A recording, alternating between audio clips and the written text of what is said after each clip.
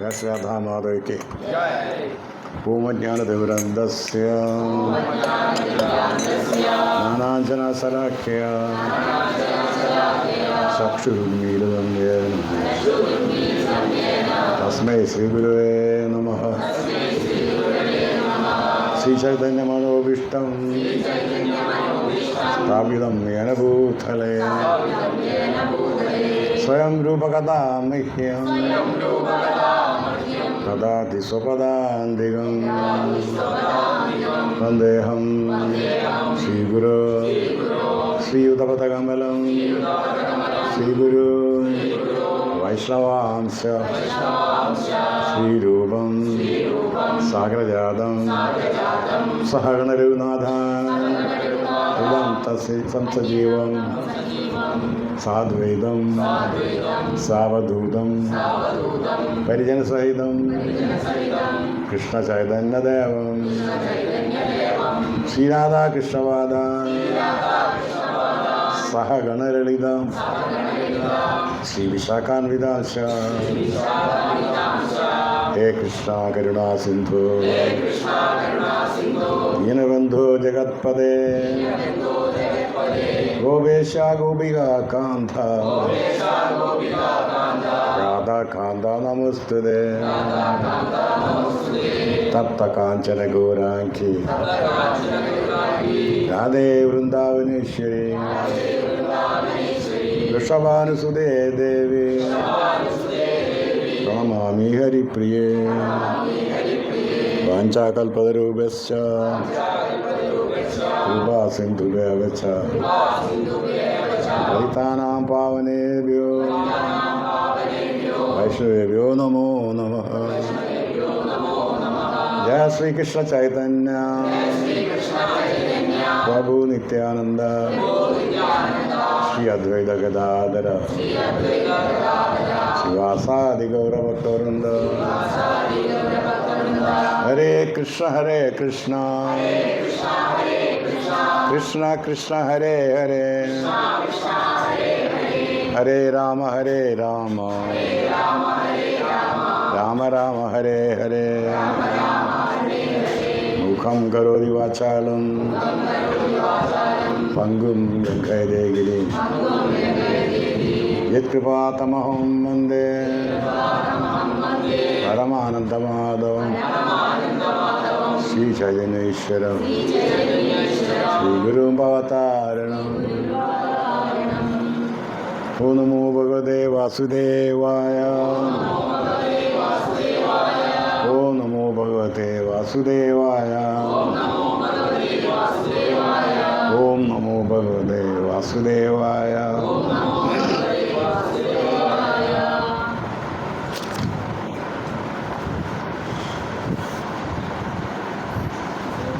ഏതാ ശ്ലോകം? അടുത്തൊന്നും 22. അടുത്തൊന്നും ഗീത എടുത്തില്ല എന്നുണ്ടല്ലേ. യജന പര്യുപാസതേ തേഷാം നിത്യാഭിയുക്താനാം യോഗക്ഷേമം വഹാമ്യഹം.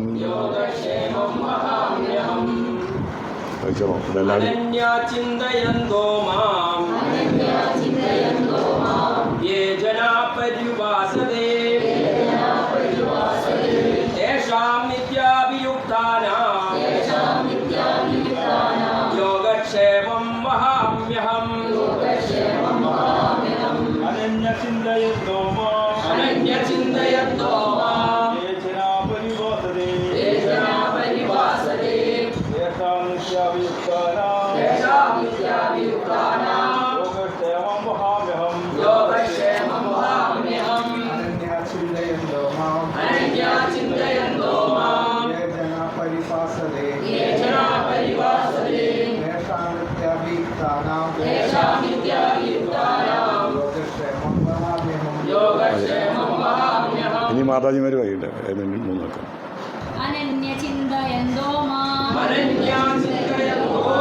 ആരുമില്ലാത്തവനായി ഏതു ജനങ്ങൾ മാം എന്നെ ചിന്തയന്ത ചിന്തിക്കുന്നവരായിട്ട് പരിഭാസിക്കുന്നുവോ സേവിക്കുന്നു.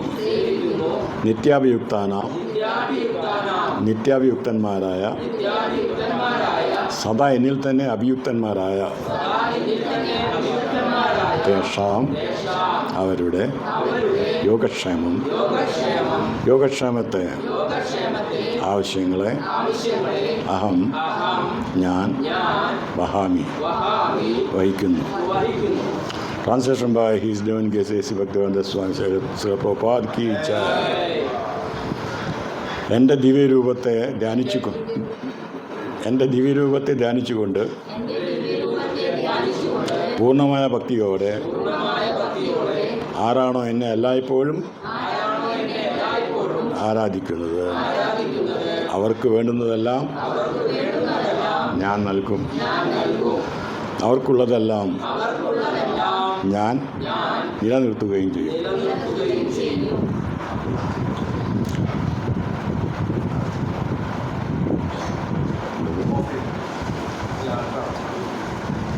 അത് ഓഫർ ചെയ്യുന്നുണ്ടോ? ഓഫർ ചെയ്യാനായിരിക്കും. ശ്ലോകമാണ്, എല്ലാവരും കേട്ടിട്ടുണ്ടായിരിക്കും, ധാരാളം പറഞ്ഞിട്ടുണ്ടായിരിക്കും. അതുകൊണ്ടാണ് ഞാൻ ഒരൊറ്റ പ്രാവശ്യം വായിച്ച് അവസാനിപ്പിച്ചത്. ഓക്കെ. അനന്യ, ഇതിൻ്റെ മെയിൻ ഈ പോയിന്റ് നോക്കുകയാണെങ്കിൽ ഈ ശ്ലോകത്തിലെ മെയിൻ പോയിന്റ് അനന്യാണ്. അനന്യ ചിന്തയന്തോ മാം. അനന്യ എന്നെന്താ ഉദ്ദേശിക്കുന്നത്? മറ്റൊന്നില്ലാതെ, വേറൊന്നില്ലാതെ നടത്തും. വേറൊന്നില്ലാതെ എന്ത് ചെയ്യണം? ചിന്തയന്തോ മാം. അനന്യ, വേറൊന്നില്ലാതെ, ചിന്തയന്തോ മാം, എന്നെ ചിന്തിച്ചുകൊണ്ടിരിക്കുന്ന ആൾക്കാർ. മനസ്സിലായില്ലേ? അങ്ങനെയുള്ള ആൾക്കാർ വളരെ കുറച്ച് മാത്രമേ അനന്യ പറയുന്നുള്ളൂ ഗീതയിൽ. നമ്മൾ കഴിഞ്ഞ ചാപ്റ്ററിൽ അതിലൊരു അനന്യ വരുന്നുണ്ട്. ആരെങ്കിലും ഓർമ്മയുണ്ടോ? ശ്ലോകത്തിൽ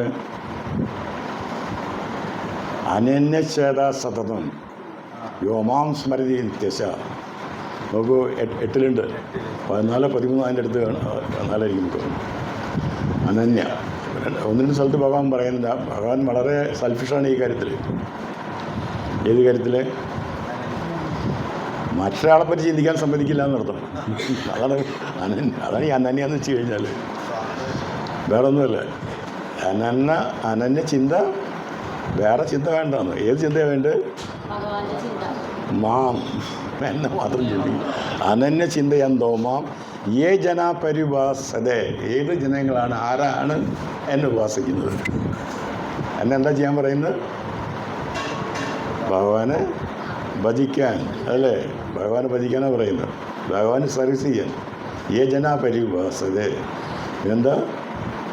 തേഷാം നിത്യാഭിയുക്താനോ, അല്ലേ? എന്താ അർത്ഥം? തേഷാം നിത്യാഭിയുക്താനോ,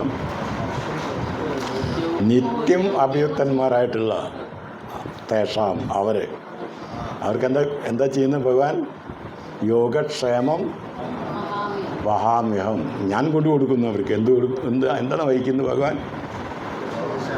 യോഗക്ഷേമം. അവർക്ക് വേണ്ടതെല്ലാം കൊടുക്കുമെന്ന് അർത്ഥം, അല്ലേ?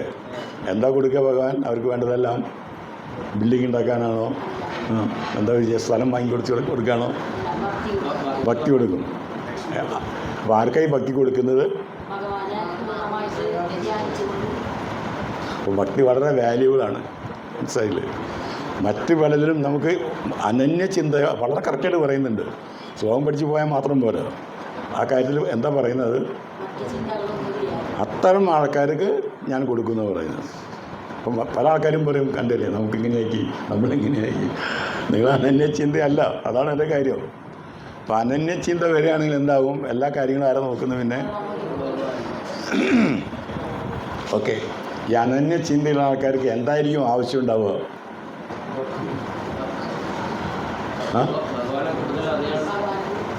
യോഗക്ഷേമം വഹാമ്യഹം.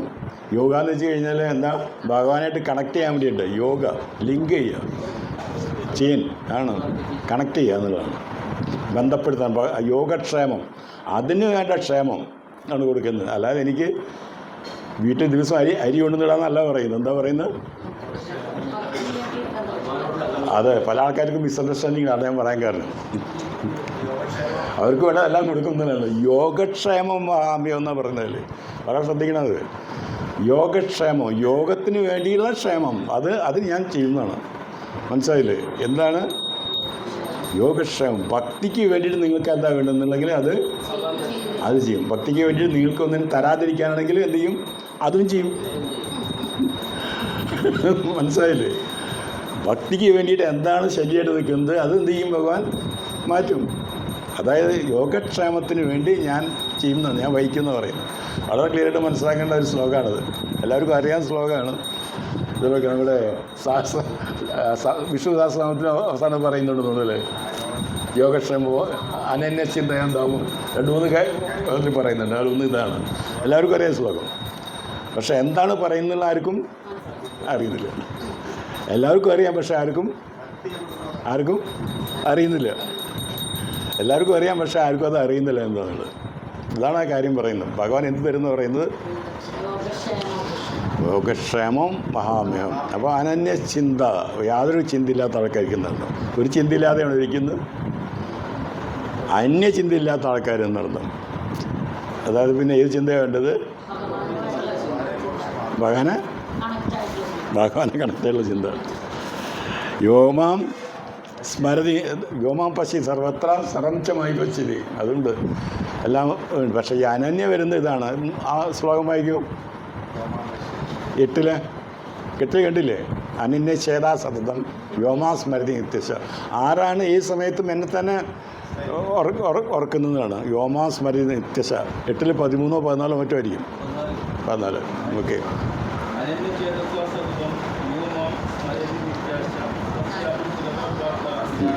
തസ്യാഹം സുലഭാപാർത്ഥ. ഈ പറഞ്ഞ അനന്യ ആയിട്ടുള്ള ആൾക്കാർക്ക് ഉണ്ടല്ലോ, അവർക്ക് ഞാൻ സുലഭമാണെന്ന്. സുലഭ അനന്യചേത സതതം, ഏത് സമയത്തും നടത്തും. മനസ്സിലായില്ലേ? സതതം എല്ലായ്പ്പോഴും അനന്യചേത, മറ്റൊന്നുമില്ലാതെ എന്നെ തന്നെ. അനന്യചേത സതതം വ്യോമാം സ്മരതി നിത്യശ. ആരാണ് എന്നെ നിത്യം സ്മരിക്കുന്നത്? തസ്യാഹം സുലഭാപാർത്ഥ. അവന് ഞാൻ എന്താണ്? സുലഭാപാർത്ഥ നിത്യയുക്തസ യോഗിന. ആളെന്താണ് ശരിക്ക്? നിത്യയുക്തനായ യോഗിയാണ്, ശരിയായ യോഗി. അതാണ് ഒരു ഭക്തി ഉള്ള ആളെന്ന് വെച്ചാൽ ശരിയായ യോഗിയായിരിക്കും. ഭക്തി ഉണ്ടെങ്കിൽ യോഗി ആണ് അയാൾ. എന്താ കാര്യം? എന്ത് യോഗമാണ്? അത് ഭഗവാനായിട്ട് കണക്ട് ചെയ്തിരിക്കും.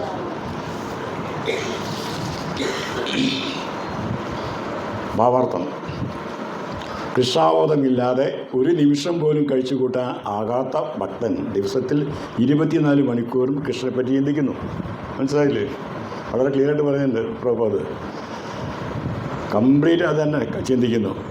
അയാൾ ശ്രവണം, കീർത്തനം, സ്മരണം, പാദസേവനം, അർച്ചനം, വന്ദനം, ദാസ്യം, മൈത്രീഭാവം, ആത്മസമർപ്പണം തുടങ്ങിയ കർമ്മങ്ങളിലൂടെ ഭക്തിയുത സേവനത്തിൽ ഏർപ്പെടുകയും ചെയ്യുന്നു. അത് ഭക്തിയുത സേവനം ഏതൊക്കെയാവാം? ശ്രവണം, കീർത്തനം, സ്മരണം, അർച്ചനം, വന്ദനം, ദാസ്യം, ആത്മനിവേദനം, അല്ലേ? സഖ്യം എന്താ? മൈത്രീഭാവം, അല്ലേ? സഖ. ഭഗവാനായിട്ട് വളരെ ക്ലോസ്. ആരാത്? അർജുനൻ. വളരെ ക്ലോസ് ആയിരുന്നു. സഖ വരുന്നത്. ഓക്കെ. ഇത് ആരാത് പറയുന്നത്? ഭഗവാനല്ല ഇത് പറയുന്നത്. ഈ പറയുന്നത് ആരാന്നറിയോ? ശ്രവണം, കീർത്തനം, വിഷ്ണു. അതായത് പ്രഹ്ലാദ്. അംബരീഷ മഹാരാജല്ല. അംബരീഷ മഹാരാജ് ഇതൊക്കെ ഉണ്ടായിരുന്ന ആളായിരുന്നു. ഇതെല്ലാം ഉണ്ടായിരുന്നു. പക്ഷെ ഇത് പറയുന്നത് ആരാ? പ്രഹ്ലാദ് മഹാരാജാണ് പറയുന്നത്. കുട്ടികളോട് പറഞ്ഞു കൊടുക്കുന്നത്. സുഖമന്ത്രിയും ദൈത്യ അതിൽ പറയുന്നു.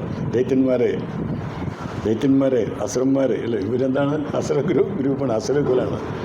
അവരോട് എന്താ പറയും? സുഖമേന്ദ്രിയം ദൈത്യ. സുഖം എന്നുള്ളതൊക്കെ ഓട്ടോമാറ്റിക്കായിട്ട് വരുന്നതാണ്. നിങ്ങളുടെ ഇതിൻ്റെ ഇന്ദ്രിയത്തിൻ്റെ ഇതനുസരിച്ച്, ബോഡി അനുസരിച്ച് ഓരോ ആൾക്കാർക്ക് കൊടുത്തു കാണും. ഓരോ ആൾക്കാർക്ക് ഓരോ ശരീരം കിട്ടുമ്പോൾ ആ ശരീരത്തിനനുസരിച്ചുള്ള സുഖം കൂടി കൊടുത്തിട്ടാണ് പിടിക്കുക. എന്തൊക്കെ നിങ്ങൾക്ക് അതുപോലെ തന്നെ ദുഃഖം കൊടുക്കും ഒപ്പം തന്നെ. ഇതിന് ഇത്രയും ദുഃഖമുണ്ട്, ഇത്രയും അങ്ങനെ അതുകൊണ്ടാണ് വരുന്നത്. അപ്പോൾ അതുകൊണ്ട് എന്താ പറയുന്നത്? ഇത് ഓട്ടോമാറ്റിക്കായിട്ട് വരുന്നതെന്ന് 5 വയസ്സുള്ള പ്രഹ്ലാദ് മഹാരാജ പറയുന്നത്. സുഖത്തിന് വേണ്ടി ഓടേണ്ട ആവശ്യമില്ല, സുഖത്തിൻ്റെ ബാക്കിൽ ഓടരുത് എന്നാണ് പറയുന്നത്.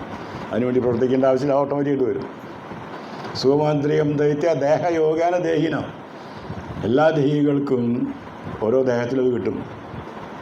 സർവത്ര ലഭ്യതേ ദൈവാത്, എല്ലാ ശരീരത്തിലും നിങ്ങൾക്ക് സർവത്ര ഏത് ശരീരത്തിൽ കയറിയാലും നിങ്ങൾക്കത് കിട്ടേണ്ടത് കിട്ടും. എന്താണ്? സുഖം, അതുപോലെ തന്നെ ദുഃഖം. അതാണ് പറയുന്നത് സർവത്ര ലഭ്യതേ ദൈവാത് എന്ന് വെച്ചാൽ ദൈവത്തിൻ്റെ നേത്രം കൊണ്ട്, ഇല്ലേ? എല്ലാം ആരാ കൺട്രോൾ ചെയ്യുന്നത്? ദൈവനേത്രേണ. മനസ്സിലായില്ലേ? യഥാ ദുഃഖം അയജ്ഞത. അയജ്ഞത എന്ന് വെച്ച് കഴിഞ്ഞാൽ പ്രവർത്തിക്കാതെ എന്നർത്ഥം. യജ്ഞിക്കുക എന്ന് വെച്ചാൽ എന്താ? യത്നം എന്ന് വെച്ചാൽ പ്രവർത്തിക്കുക. അയജ്ഞത എന്ന് വെച്ച് കഴിഞ്ഞാൽ പ്രവർത്തിക്കാതെ. യഥാ ദുഃഖം അയജ്ഞത. നിങ്ങൾ ദുഃഖം വരാൻ വേണ്ടി ആരെങ്കിലും പ്രവർത്തിക്കുന്നുണ്ടോ? പക്ഷെ ദുഃഖം വരുന്നില്ലേ? അതെങ്ങനെയാണ് വരുന്നപ്പോൾ? അതുപോലെയാണെന്നാണ് പറയുന്നത്. പ്രഭാത മഹാരാജ് പറയുന്നത് ദുഃഖം വരാൻ വേണ്ടി നിങ്ങൾ പ്രവർത്തിക്കുന്നില്ല, ഓട്ടോമാറ്റിക്കായിട്ട് വരുന്നുണ്ട്. അതുപോലെ നിങ്ങളുടെ സുഖം അതുപോലെ തന്നെ വരും. നിങ്ങൾക്ക് എന്താ ചെയ്യാനുള്ളത്? ശ്രവണം, കീർത്തനം, വിഷ്ണു, ഇതാണ് പറഞ്ഞു കൊടുക്കുന്നത്. ഇതാണ് നിങ്ങൾക്ക് ചെയ്യാനുള്ളത് ദൈത്യന്മാർ ഓട്ടോമാറ്റിക്കായിട്ടെല്ലാം. അതും മാത്രമല്ല, എന്താ പറയുന്നത്, ഇത് വളരെ കൗമാരയാചരയത്വാനോ, ഭയങ്കര ശ്ലോകങ്ങളാണ് അദ്ദേഹം പറയുന്നത് മുഴുവൻ.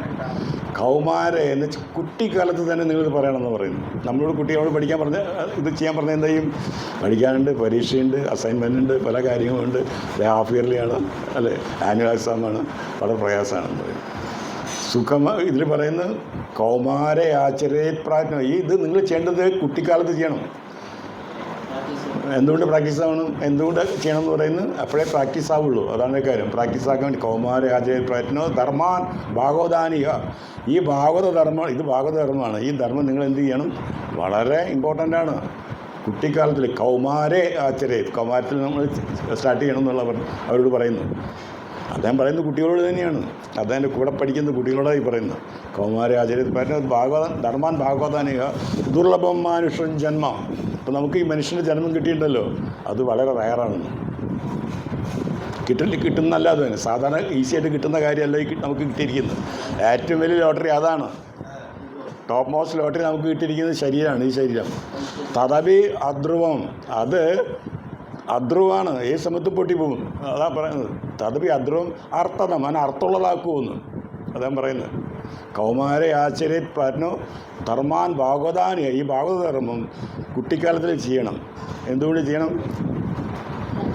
ദുർലഭം മാനുഷ്യൻ ജന്മം എന്നാണ്. ദുർലഭമായിട്ട് കിട്ടുന്നതാണ് മനുഷ്യൻ്റെ ജന്മം. നമ്മൾ മനുഷ്യൻ്റെ ജന്മം കിട്ടിക്കഴിഞ്ഞാൽ നമ്മൾ പിന്നെന്താ ശ്രമിക്കുന്നത്? പിന്നെ നമ്മൾ ചെയ്യുന്നത് എന്താ? പൈസ ഉണ്ടാക്കാൻ നോക്കും നമ്മളല്ലേ. എങ്ങനെ, ഏത് രീതിയിൽ എങ്ങനെ പൈസ ഉണ്ടാക്കാം? ചീറ്റ് ചെയ്താലും കള്ളം പറഞ്ഞാലും ശരി, ഏത് തരത്തിൽ, അല്ലേ? അങ്ങനെ എന്ത് ബിസിനസ് ചെയ്താൽ പൈസ കൂടുതൽ കിട്ടുക നമ്മൾ നോക്കുന്നത്. പക്ഷെ അതല്ല വേണ്ടത്. ഇത് പറയുന്നത് എന്താണെങ്കിലും അർത്ഥമാക്കാൻ പറ്റും. ദുർലഭമാണ് മനുഷ്യൻ്റെ ജന്മം. ഈ കിട്ടുന്ന ജന്മം, നമ്മളിപ്പോൾ സംസാരിക്കുന്ന ജന്മം വളരെ ദുർലഭമാണ്. പക്ഷേ ദുർലഭം എന്തുകൊണ്ട് ദുർലഭമാണ്? ദുർലഭം മാത്രമല്ല അധ്രുവം എന്ന് പറയുന്നത്. ധ്രുവം എന്ന് വെച്ച് കഴിഞ്ഞാൽ ഉറച്ചത് നിർത്തുന്നു. അധ്രുവം എന്ന് വെച്ചാൽ ഉറച്ചതല്ല, ഏത് സമയത്തും ഇല്ലാതാവും ആണ്. അപ്പോൾ ദുർലഭം മനുഷ്യൻ ജന്മ തദ് അഭി അധ്രുവം അർത്ഥം, നീ അർത്ഥമുള്ളതാക്കൂ എന്നാണ് പറയുന്നത്. ആൾ തന്നെ ഇതിൽ പറഞ്ഞത്. ഇപ്പം ഇവിടെ പ്രഭുപാദ് പറയുന്ന ഈ ശ്രവണം, കീർത്തനം, വിഷ്ണു സ്മരണം എന്നൊക്കെ പറയുന്നതല്ലോ, അതാരാ പറഞ്ഞത്? ഇതേ പ്രഹ്ലാദ മഹാരാജ പറഞ്ഞു. ഈ പ്രഹ്ലാദ മഹാരാജ് 5 വയസ്സുള്ള സമയത്ത് പറയുന്നതാണ്. അദ്ദേഹം നമ്മുടെ 12 മഹാജനങ്ങളിൽ ഒരാളാണ്. ഈ അതും കൂടി മനസ്സിലാക്കണം നമ്മൾ. കർമ്മം എന്താണെന്ന് നമുക്ക് പറഞ്ഞു തരാൻ വേണ്ടിയിട്ട് 12 ആൾക്കാരാണുള്ളത് ശരിക്കും. ആ 12 ആൾക്കാരിൽ ഒരാളാണ് പ്രഹ്ലാദ മഹാരാജ്. അത്ര ചെറിയ കുട്ടിയായിട്ട് നമ്മൾ കളയണ്ട, മനസ്സിലായില്ലേ? നമ്മൾ വെറും ഭക്തനല്ല അദ്ദേഹം. ഇവിടെ പല ആൾക്കാരും ഭക്ത പ്രഹ്ലാദ് കി ചെയ്യുന്നൊക്കെ പറയും. ഭക്തനല്ല, ഭക്തൻ വെച്ചാൽ നമ്മളൊക്കെ ഇരിക്കുന്ന ആ ടൈപ്പിൽ ആൾക്കാരിരിക്കുന്ന എല്ലാവരും ഭക്തന്മാർ. ആ ഭക്തൻ ഈ ഭക്തൻ പറയും. അദ്ദേഹം വളരെ വലിയ ടോപ്പ് മഹാരാജാണ് ശരിക്കും. പ്രഹ്ലാദ് മഹാരാജ് ശരിക്കും മഹാജൻ അല്ലേ? അപ്പം അതുകൊണ്ട് പ്രഹ്ലാദ മഹാരാജ് വെറും ഭക്തൻ എന്ന് പറഞ്ഞിട്ടൊന്നും ചുരുക്കാൻ പറ്റില്ല അദ്ദേഹത്തെ, മനസ്സിലായി? അങ്ങനെയുള്ള ആളാണ് പ്രഹ്ലാദ മഹാരാജാണ്. ഒരു 12 ജനങ്ങളുടെ ഒരു പ്രധാനപ്പെട്ട ഒരാൾ.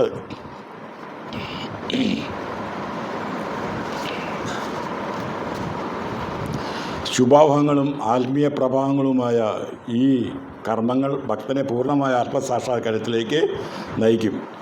ഏത് കർമ്മങ്ങളാണ്?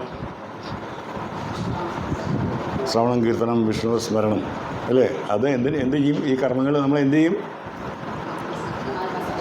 പൂർണ്ണമായ ആത്മസാക്ഷാത്കാരത്തിലേക്ക്. എന്ത് ആത്മസാക്ഷാത്കാരം? എല്ലാവരും കേട്ടിട്ടുണ്ടോ? സെൽഫ് റിയലൈസേഷൻ, ആത്മസാക്ഷാത്കാരം. എന്ത് ആത്മസാക്ഷാത്കാരം? ഇതിലും പറയുന്നുണ്ട്. ഈ കർമ്മങ്ങൾ നിങ്ങളെ ആത്മസാക്ഷാത്കാരത്തിലേക്ക് എത്തിക്കും. എന്താ ആത്മസാക്ഷാത്കാരം? നമ്മുടെ സ്വരൂപം, നമ്മളെ ആരാണെന്ന് നമുക്ക് അറിയുന്നതാണ് ഈ സാക്ഷാത്കാരം എന്ന് പറയുന്നത്, അല്ലേ? അതാണ് നമ്മൾ ആരാണെന്നുള്ളത് നമുക്ക് അറിയണം. അത് റിയലൈസേഷൻ വരണം. അതാണ് പറഞ്ഞത്, സെൽഫ് റിയലൈസേഷൻ. സെൽഫിനെ എങ്ങനെ റിയലൈസ് ചെയ്യും? ഞാനീ കാണുന്ന ആളല്ല എന്ന് മനസ്സിലാക്കണം. അതിൻ്റെ വേറൊന്നുമില്ല. അതാണ് അതിൻ്റെ പ്രധാനപ്പെട്ട പോയിന്റ്. നിങ്ങൾ എന്നെ കാണുന്നുണ്ടല്ലോ, അതല്ല ഞാൻ. നിങ്ങൾക്ക് കാണാൻ പറ്റാത്ത ഒന്നുണ്ട്, അതാണ് ഞാൻ. അതാണ് അങ്ങനല്ലേ? നിങ്ങൾക്ക് കാണാൻ പറ്റില്ല, അതാണ് ഞാൻ. ഇപ്പോൾ നമ്മളെല്ലാവരും കാണുന്ന ഈ ഇരിക്കുന്ന ആൾക്കാരൊക്കെ എല്ലാവരും ഇതുപോലെ തന്നെ. പക്ഷെ അങ്ങനെയല്ല. അവരൊക്കെ എന്താണ് ശരിയല്ല? എന്താണ് നമ്മുടെ ഏറ്റവും വലിയ പ്രയാസം എന്താണെന്ന് അറിയുമോ? നമ്മുടെ ഏറ്റവും വലിയ ദുഃഖം, പ്രയാസം എന്താണെന്ന് അറിയുമോ? ഈ ശരീരമാണ്. ഈ ശരീരത്തോടുകൂടി ദുഃഖം വന്നു, ശരീരത്തോടൊപ്പം തന്നെ നമുക്ക് തന്നില്ലേ? ഇത്ര ദിവസം ദുഃഖം, ഇത്ര ദിവസം പ്രയാസങ്ങൾ എന്നൊക്കെ പറയുന്നത് അങ്ങനെയല്ല വരുന്നത്. അപ്പോൾ ഇതെടുക്കാൻ പാടില്ല. മനസ്സിലായില്ലേ? ആത്മസാക്ഷാത്കാരം എന്ന് വെച്ചാൽ നമ്മൾ ഒറിജിനൽ നമ്മൾ ആരാണ് നമ്മൾ മനസ്സിലാക്കുക. അത് മനസ്സിലാക്കി കഴിഞ്ഞാൽ പിന്നെ എന്തായി? ഭക്തനായി എന്നർത്ഥം. അത് കഴിഞ്ഞാൽ ഭക്തനായി. പിന്നെ എന്താവും? നാ പ്രമത്തേത കർഹിച്ച്. പിന്നെ ആൾക്ക് ഒരു തരത്തിലും മറ്റുള്ള മോഹങ്ങളൊന്നും ഉണ്ടായിരിക്കില്ല. ധാവൻ നിമീലിവ നേത്രേ നസ്കലയെന്ന പദ്ധതിക. അതായത് ഭക്തൻ കണ്ണടച്ച് ഓടിക്കഴിഞ്ഞാലും ഒരു തരത്തിലും വീഴില്ല, ഒരു തരത്തിലൊരു ചലനം ഉണ്ടാവില്ല, ഒരു വൈബ്രേഷൻ ഉണ്ടാവില്ല. കണ്ണടച്ച് ഓടിയാലും കുഴപ്പമില്ല. അതാണ് ജ്ഞാനാസ്ഥായ നരോരാജൻ നാ പ്രമത്തേത കർഹിച്ച്. ഈ പൊസിഷനിൽ വന്ന ആൾ, ഭക്തി പൊസിഷനിലേക്ക് വന്ന ഒരാൾ, ഞാൻ ആസ്ഥായ എന്ന് വെച്ചാൽ ആ സ്ഥിതിയിലേക്ക് വന്ന ആൾ, ജ്ഞാനാസ്ഥായ നരോ രാജൻ, രാജാവേ. ഒരു ആള് നരോ എന്ന് വെച്ചാൽ നരൻ, ജ്ഞാനാസ്ഥായ ഭക്തിയിലേക്ക് വന്നു എന്ന് വെച്ച് കഴിഞ്ഞാൽ ഇത് വന്ന് കഴിഞ്ഞാൽ ധാവൻ നിമീലി വേണം. എത്രയേ ധാവൻ ഓടുകയാണ് അയാൾ കണ്ണടച്ചിട്ട്. പക്ഷേ നാ പതേ നസ്കലൻ വീഴില്ല, ഒരു ചെറിയൊരു ചലനം പോലും ഉണ്ടാവില്ല, കറക്റ്റ് പോകും. അതാണ് പൊസിഷൻ. നമ്മളറിയണം നമ്മൾ എവിടെയാണെന്ന്, നമ്മൾ എന്തിനു വേണ്ടി ശ്രമിക്കുന്നു നമുക്കറിയണം. മനസ്സിലായില്ലേ? എല്ലാവരും നമ്മൾ പഠിക്കുന്നു, എല്ലാവരും. അതാണ് ഞാൻ ആദ്യം പറഞ്ഞത്, എന്താണ് അനന്യം? നിങ്ങൾ മനസ്സിലാക്കുക എന്താണ് അനന്യം എന്നുള്ളത്, എന്താ ഉദ്ദേശിക്കുന്നത്. ഭഗവാൻ നമ്മളെക്കൊണ്ട് എന്താ ഉദ്ദേശിക്കുന്നു?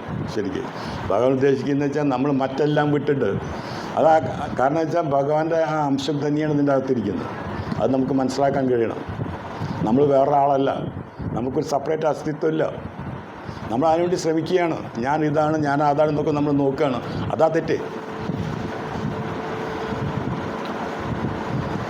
വളരെ ഇതായിട്ട്, വളരെ കറക്റ്റായിട്ട് വീണ്ടും അതിൽ നമുക്ക് തരുന്നുണ്ട് ഭഗവാൻ. കപിലോപദേശത്തിലും അതിൽ പറയുന്നുണ്ട്, കപിലമുനി പറയുന്നു. അതായത് ഓരോ ആൾക്കാരും മറ്റൊരാളെ കാണുന്നത് വേറെ ആളായിട്ടാണ്, അല്ലേ? പക്ഷെ അതല്ല എന്ന് പറയുന്നത്. അങ്ങനെയുള്ള ആൾക്കാർ, അതായത് വിത്തിനകത്തിരിക്കുന്നത് ഞാൻ തന്നെയാണെന്നുള്ളത് മനസ്സിലാക്കാത്ത, ഭൂതാത്മ അവസ്ഥിത സദാ, ഞാനാണ് ഭൂതാത്മയുടെ ഇരിക്കുന്ന ആൾ. എല്ലാവരിലും, എല്ലാ ശരീരത്തിലും ആരായിരിക്കുന്നത്? ഭഗവാൻ തന്നെയാണ്. ഭൂതാത്മാവസ്ഥിത സദാ, എല്ലാ ശരീരത്തിലും ഞാൻ ഇരിക്കുന്നുണ്ട്, ഞാൻ തന്നെയാണ് അത്. ശരിക്കും തം അവജ്ഞായമാമർത്യ, അത് മറന്നിട്ട് ഒരാൾ വലിയ പൂജ ചെയ്യുന്നുണ്ട്, ചാൻറ്റ് ചെയ്യുന്നുണ്ട്, എല്ലാ കാര്യം ചെയ്യുന്നുണ്ട്. കുരുത്തെ അർച്ച വിടംബനം, അത് ചെയ്യുന്നവരെന്ന് വെച്ച് കഴിഞ്ഞാൽ അവർ ചെയ്യുന്ന ആ പൂജയും കാര്യങ്ങളൊക്കെ ഉണ്ടല്ലോ, ഇമിറ്റേഷനാണ്. വിടംബനം എന്ന് വെച്ച് കഴിഞ്ഞാൽ അതിൻ്റെ അർത്ഥം ഇതാണ്, വിടംബനം. കുരുത്തെ അർച്ച വിടംബനം. അർച്ച എന്ന് വെച്ചാൽ ഉള്ള എല്ലാവിധ കാര്യങ്ങളും ചെയ്യുന്നുണ്ട്, പൂജ ചെയ്യുന്ന മറ്റുള്ള കാര്യങ്ങൾ ചെയ്യുന്നു, നിങ്ങൾ ചെയ്യുന്നു. ഇത് മനസ്സിലാക്കാൻ കഴിഞ്ഞില്ലെങ്കിൽ തം അവജ്ഞായ, അതിനെ അവജ്ഞയോട് കൂടിയിട്ട് കാണുകയാണെങ്കിൽ വേറെ ആളായിട്ട് കാണുന്നത്. അപ്പോൾ ഇതിൽ നമുക്ക് വളരെ, അപ്പം നമുക്കിത് കേൾക്കുമ്പോൾ നമുക്കറിയാം നമ്മൾ വളരെ ഇനിയും വരാനുണ്ടെന്നുള്ളത്. മനസ്സിലായില്ല? അതിനാണ് ഞാൻ പറയുന്നത്. ജസ്റ്റ് വളരെ കാലങ്ങളാണ് നമ്മളൊക്കെ ഇത്രയായിട്ട് നമുക്ക് സാധിക്കുന്നില്ലേ കാണാനായിട്ട്. മനസ്സിലായില്ല. അതുകൊണ്ട് ഇതിൽ ആക്ച്വലി കാണാനുള്ള അതാണ്. കപിലമുനി പറയുന്നത് അത്തരം ആൾക്കാർ അങ്ങനെയാണെങ്കിൽ തമ്മവജ്ഞായ മർത്തയ കുരുത്തെ അർച്ചവിടംബനം, അർച്ചവിടംബനം ചെയ്യുന്നത് വിടംബനമായിട്ടുള്ള അർച്ചനാണ് ചെയ്തുകൊണ്ടിരിക്കുന്നത്. അങ്ങനെ അപ്പോൾ അതുകൊണ്ട് ആത്മസാക്ഷാത്കാരം നമ്മൾ എല്ലാവരും വായിച്ചിട്ടുണ്ടാവും, പല പ്രാവശ്യം വായിച്ചു. ആത്മസാക്ഷാത്കാരം കിട്ടിയ ആൾ 4 കപിലമുനി 4th കാൻഡോല് രണ്ടാമത്തെ സ്കന്ധം ഇതിൽ 3 ഇതിൽ ദാവൂദിക്ക് കൊടുക്കുന്ന ഇൻസ്ട്രക്ഷനിൽ വരുന്നുണ്ട്. വളരെ നല്ല ഇതാണ് അവരെ ശ്ലോകങ്ങൾ. ഹരേ കൃഷ്ണ.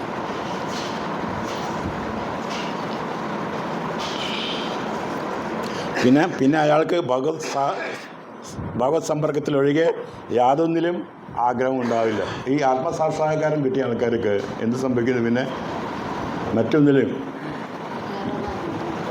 അവർക്കൊന്നും തോന്നില്ല, അവരെ ഒന്നും ബാധിക്കുന്നില്ല. കാരണം അവർക്ക് റിയലൈസേഷൻ വന്ന് അവരാരാണെന്നുള്ളത്.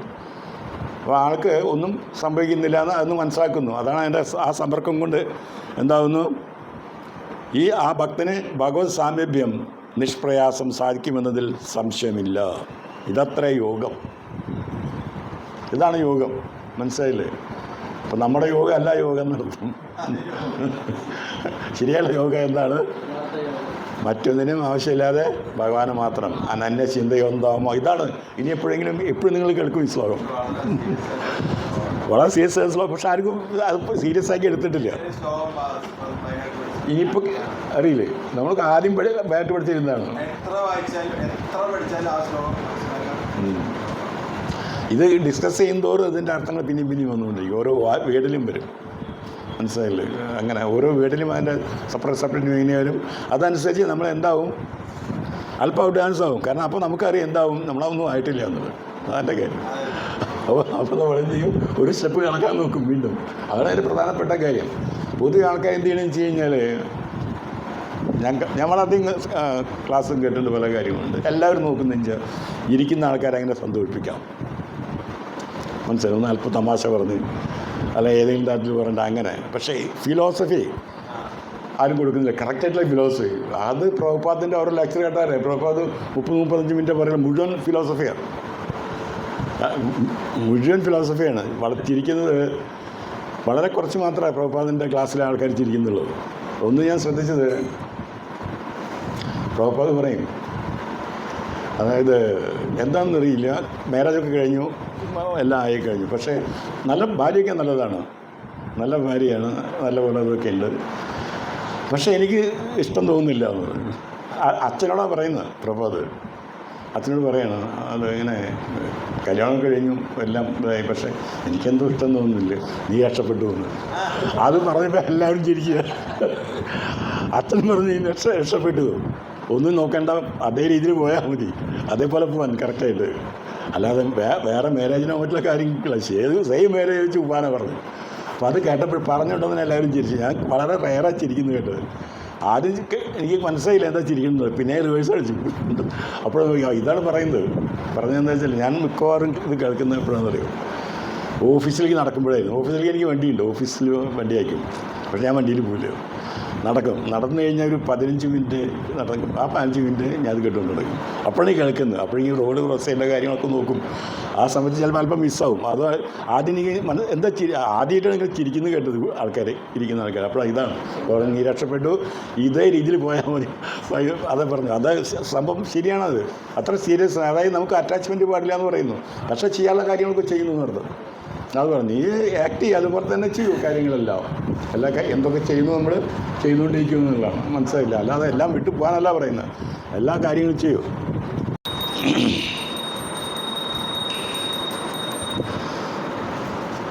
കൃഷ്ണൻ്റെ കിപാതി രേഖത്താൽ അത്തരം ഒരാൾക്ക് ഒരിക്കലും ഭൗതിക ജീവിതത്തിൻ്റെ അവസ്ഥയിലേക്ക് തിരിച്ചു പോരേണ്ടി വരില്ല. ആ യോഗിക്ക് എന്നർത്ഥം. അങ്ങനെയുള്ള ഒരാൾക്ക് വീണ്ടും ഭൗതിക ലോകത്തിൽ തിരിച്ചു വരേണ്ടി വരുന്നില്ല. അപ്പോൾ അതായത് ഇവിടേക്ക് തിരിച്ചു വരണ്ട എന്ന് പറയുമ്പോൾ അതിൻ്റെ അർത്ഥം എന്താ, ഈ ഭൗതിക ലോകത്തിലേക്ക് തിരിച്ചു വരാൻ ആവശ്യമില്ല എന്ന് പറയുമ്പോൾ ഇത് അപകടം പിടിച്ചാന്ന് അർത്ഥം അല്ലേ. അപ്പം നമ്മളിപ്പം നയിച്ചുകൊണ്ടിരിക്കുന്ന ഈ ജീവിതം നല്ലതാണോ ചീത്തയാണോ? വളരെ മോശമാണ് അല്ലേ? എന്തുകൊണ്ട് മോശമാണ്? നമുക്കിതൊക്കെ ശരിയാണെന്ന് തോന്നുന്നു.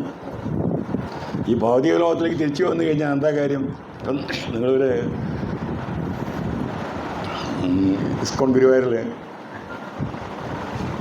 നമ്മുടെ എന്താണ് കുട്ടികൾ ജനിക്കുമ്പോൾ അതിൻ്റെ രൂപം എങ്ങനെയാണ് എന്താണെന്നുള്ള ഒരു ഇതിട്ടുണ്ടായിരുന്നു. അത് ഭാഗവത്തിൽ പറയുന്നുണ്ട്. ഭാഗവത്തിൽ തന്നെയാണ് കറക്റ്റായിട്ട്. ഭാഗവത്തിൽ ഈ കപില മഹർഷിയുടെ ഉപദേശത്തിൽ അത് വരും. കർമ്മണ ദൈവം എത്രയാണ് എന്തു ദേഹോപബദ്ധത അത് പറയുന്നത്. നമുക്ക് കിട്ടുന്ന ദേഹം കിട്ടുന്ന കർമ്മത്തിൻ്റെ അത് ആ ശ്ലോകാൽ കോട്ട് ചെയ്യുന്നുണ്ട്. ഓക്കെ, അതിൽ ആ കുട്ടി അതിൻ്റെ പ്രധാനപ്പെട്ട പോയിന്റ് ഞാൻ പറയാൻ കാരണം വെച്ചാൽ ഗർഭത്തിൽ കിടന്നിട്ട് അവസാനം കുട്ടി പ്രാർത്ഥിക്കുന്നുണ്ട്. പ്രാർത്ഥിക്കുന്നത് വെച്ച് കഴിഞ്ഞാൽ ഞാൻ ഇതിൽ വന്ന് പെട്ടത് അതിൽ പറയുന്നുണ്ട് എൻ്റെ കുഴപ്പം കൊണ്ട് തന്നെയാണ്. ആ സമയത്ത് ഇവിടെയുള്ള യാതൊരു കുഴപ്പം അറ്റാച്ച്മെൻറ്റും ഇതും വന്നിട്ടില്ല. അപ്പോൾ ആ കുട്ടിക്ക് വിവരമുണ്ട്. കാരണം നമ്മുടെ ആത്മാവിനാണ് ബുദ്ധി പ്രവർത്തിക്കുന്നത്.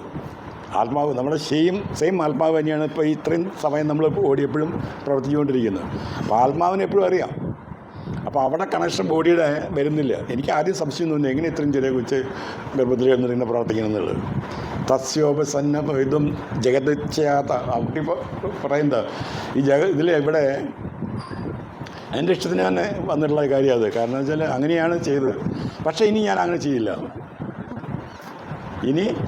ഇനി ഞാൻ ജനിച്ചു കഴിഞ്ഞാൽ ഞാൻ ഇന്ന കാര്യങ്ങൾ ചെയ്യില്ല.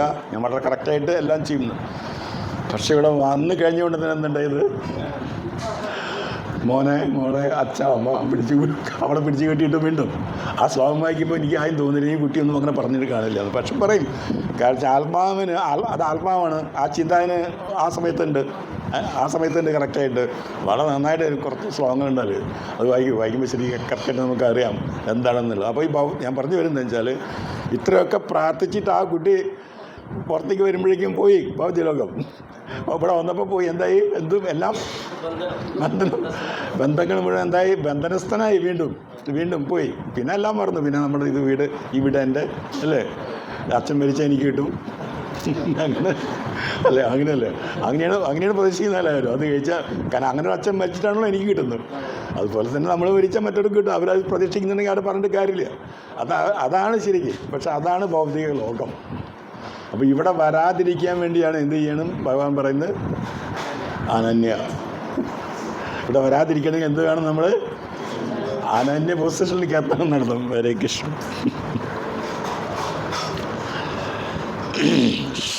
ക്ഷേമം എന്നതിന് ഭഗവാന്റെ കരുണാമയമായ രക്ഷ എന്നർത്ഥത്തിൽ ക്ഷേമം. ഭഗവാന്റെ കരുണാമയമായിട്ടുള്ള രക്ഷ നമ്മളെ രക്ഷിക്കുന്ന ഭഗവാൻ. അതാണ് ഭഗവാന്റെ ക്ഷേമം. യോഗക്ഷേമം വാഹ്മ്യഹം. അതാണ് ഈ പറയുന്നത്. യോഗത്തിന് വേണ്ടിയുള്ള ക്ഷേമം ഞാൻ കൊണ്ടുവരും. യോഗത്താൽ കൃഷ്ണാവബോധം നേടാനുള്ള യത്നത്തിൽ ഭഗവാൻ ഭക്തനെ സഹായിക്കും. അങ്ങനെ കൃഷ്ണാവബോധം ലഭിച്ച ശേഷം ക്ലേശപൂർണമായ ബദ്ധമായ ജീവിതത്തിലേക്ക് വീണ്ടും വീഴാനിട വരുത്താതെ രക്ഷിക്കുകയും ചെയ്യും. ആണ് എൻ്റെ കാര്യം. മനസ്സിലായില്ലേ? ഭഗവാൻ രക്ഷപ്പെടുന്നത് എങ്ങനെ എന്താണെന്നറിയോ? 2 ചാക്ക് അരി കൊടുത്ത് വിട്ടിട്ടാണോ എങ്ങനെ സഹായിക്കുന്നത്? വീണ്ടും ഇവിടേക്ക് വരേണ്ട തരത്തിൽ. അല്ലെങ്കിൽ തന്നെ ഇപ്പോൾ നമ്മൾ ഭക്തിയിലേക്ക് വന്നതിന് ശേഷം പിന്നെയും അവിടെ പല ആൾക്കാർക്കും പലതരത്തിലുള്ള വീഴ്ചകൾ വരാം. അപ്പോൾ അതവിടെ ഭഗവാൻ തടുക്കുന്നർത്ഥം. അതിൻ്റെ അർത്ഥം മറ്റേ ആറ്റിറ്റ്യൂഡിന് ഭഗവാൻ മാറ്റം വരുന്നു. അതിൻ്റെ അകത്തന്നെ ഇരിക്കുന്നുണ്ടല്ലോ. ഭഗവാന്റെ ഒരു അംശങ്ങൾ ഭഗവാൻ ഇരിക്കുന്നു. അപ്പുറത്ത് അതുപോലെ നമ്മളും ഹൃദയത്തിൽ തന്നെ ഒരേ ഹൃദയത്തിൽ 2 ആളും ഇരിക്കുന്നുണ്ട്. അങ്ങനെയാണ്. സുബർണ ഏതോ സദൃശോ സഖായോ ഇതിൽ പറയുന്നു. 2 പക്ഷികൾ സദൃശോ സഖായോ. കണ്ടക ഒരുപോലെയൊക്കെ ഉണ്ട്. പക്ഷെ ഒരാൾ എന്താണ്? ഒരാൾ വലം പഠിച്ചുകൊണ്ടിരിക്കും. സദൃശോ സഖായോ. ഒരാൾ എന്ത് ചെയ്യും? ഒരു വൃക്ഷത്തിൻ്റെ ഒരു 2 പക്ഷികളും കൂടി കൂടുണ്ടാക്കുകയാണ്. ആ കൂടാണ് എന്ത്? ഈ വീട്. ഏകസ്ഥയോ കായതി പിപ്പലാനം. അതിലൊരാൾ അതിൻ്റെ ഫ്രൂട്ടൊക്കെ കഴിക്കും. ഇതൊക്കെ മറ്റാൾ നോക്കിയിരിക്കണോ എല്ലാം ചെയ്യണമെന്നുള്ളത്. നീ ചെയ്യുന്ന കാര്യമൊക്കെ അവിടെ നോക്കിയിരിക്കും. ഏകസ്ഥയോ ഖായതി പിപ്പലാനം അന്യേ നിരന്നോപി ബലാന പോയാൻ. മറ്റേ ആൾക്ക് ഭക്ഷണമൊന്നും വേണ്ട, ആളെന്താണ് എന്നാലും ശക്തിയുണ്ട്, ഇയാൾക്ക് കഴിക്കണം. അതാണ്, ഇയാൾക്ക് കഴിച്ചാലേ ശക്തി ഉണ്ടാവുള്ളൂ. കാരണം വെച്ചാൽ അദ്ദേഹം ഭൗതികമായിട്ടുള്ള ശരീരം എടുത്തിട്ടുണ്ട്. നമ്മൾ ഈ ആത്മീയ ശരീരത്തിൽ നമുക്ക് വിശപ്പുണ്ടായിരിക്കില്ല, പ്രയാസം ഉണ്ടായിരിക്കില്ല, ഭക്ഷണത്തിൻ്റെ ആവശ്യമില്ല. അത് എല്ലാം അത് സച്ചിദാനന്ദമാണത് ശരിക്കും, നമ്മുടെ ശരിയായുള്ള ശരീരം. സച്ചിദാനന്ദ ശരീരം എങ്ങനെ ഭഗവാൻ അത് അന്ന് നമ്മുടെ ശരീരം. പക്ഷെ അത് കവർ ചെയ്തപ്പോൾ എന്തായി, നമുക്ക് വിശപ്പായി, പ്രയാസങ്ങളായി, അതെൻ്റെ ഇത് എൻ്റെ നഷ്ടപ്പെട്ടു, അതെനിക്ക് കിട്ടി എന്നുള്ള ആ രീതി ഇതൊക്കെ വരുന്നു. അപ്പോൾ അത് പാടില്ല. ഭഗവാൻ പറയുന്നത് വളരെ കറക്റ്റായിട്ട്.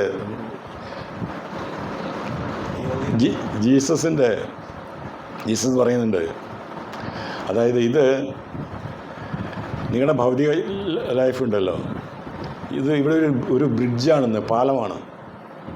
മനസ്സിലായില്ലേ? ഈ പാലം എന്തിനാ പാലം? റിവറിൻ്റെ അപ്പുറത്തേക്ക് കിടക്കാൻ അല്ലേ, ക്രോസ് ചെയ്യാൻ വേണ്ടിയിട്ട്.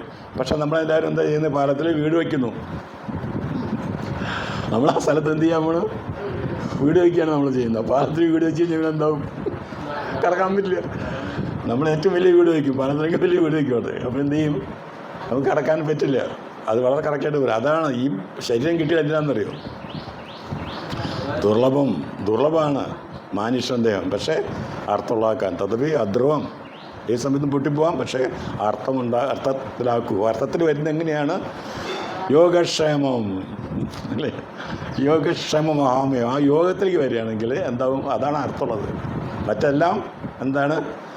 അനർത്ഥങ്ങളാണ്. മറ്റെല്ലാ കാര്യങ്ങളും അനർത്ഥങ്ങളാണ്. ഭഗവാനായിട്ട് കണക്ട് ചെയ്യുന്ന ഒരു കാര്യം മാത്രമാണ് അർത്ഥമുള്ളത്. ഹരേ കൃഷ്ണൻ. എല്ലാവർക്കും ഇഷ്ടപ്പെട്ടിട്ടുണ്ടാവും തോന്നുന്നു.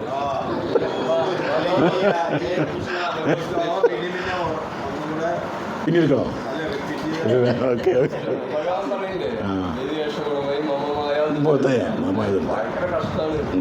അതെ, യപ്രപദ്യൻ്റെ മായമേ തന്തരന്തിത്. അത് ഇത് ഭഗവാന്റെ തന്നെ മായയാണ്. എന്തുകൊണ്ട് മായയാണ്? എന്തിനു വേണ്ടിയാണ് മായ ഭഗവാൻ ചെയ്യുന്നത്? നമ്മൾക്ക് വേണ്ടിയാണ്.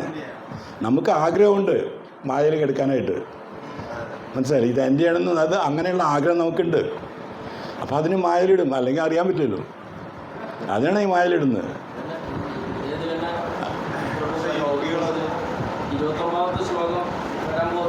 എല്ലാവരുമായിട്ട് ഞാൻ ഈക്വലാണ്.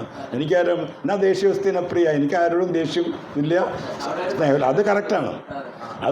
ഭഗവാൻ ആരോടും ദേഷ്യമില്ല, ഈക്വലാണ്. സമൂഹം സർവ്വദേശു നാ ദേഷ്യവസ്ഥനെ പ്രിയ ഏ ഭജന്തി മാം ഭക്ത. ഈ അനന്യയുടെ വന്നു, മനസ്സിലായില്ലേ? ഏ ഭജന്തി മാം ഭക്തിയ, ഭക്തിയോട് കൂടിയിട്ട് എന്നെ ആരാണ് ഭജിക്കുന്നത്? മൈ ചേത്തേഷു ചാപയം, അവൻ എന്നിലുണ്ട്, ഞാൻ അവനിലുണ്ട്. അങ്ങനെയാണ്. അല്ലെങ്കിലും ഭഗവാൻ അവിടെ ഇരിക്കുന്നുണ്ട്, പക്ഷെ നമുക്കറിയുന്നില്ല. അതാണ് കാര്യം. ഹരേ കൃഷ്ണ. അവർക്ക് കഴിക്കേണ്ട ശരിയായുള്ള ഇതിലേക്ക് നമ്മുടെ ബോഡിയിൽ പോയി കഴിഞ്ഞാൽ പിന്നെ ആവശ്യമുണ്ടായിരിക്കില്ല. ബോഡിയിൽ പോയിട്ടുണ്ടെങ്കിൽ ആവശ്യമില്ല. ബോഡിയിൽ പോയിട്ടുണ്ടെങ്കിൽ അവർ ആത്മാ പൊസിഷനിലാണെങ്കിൽ ആവശ്യമില്ല അവർക്ക്. അതിൻ്റെ അത് ആത്മാ പൊസിഷനിലെ ആൾക്കാർക്ക് ഫുഡിൻ്റെ ആവശ്യമില്ല. ആത്മാവിന് വേണ്ട.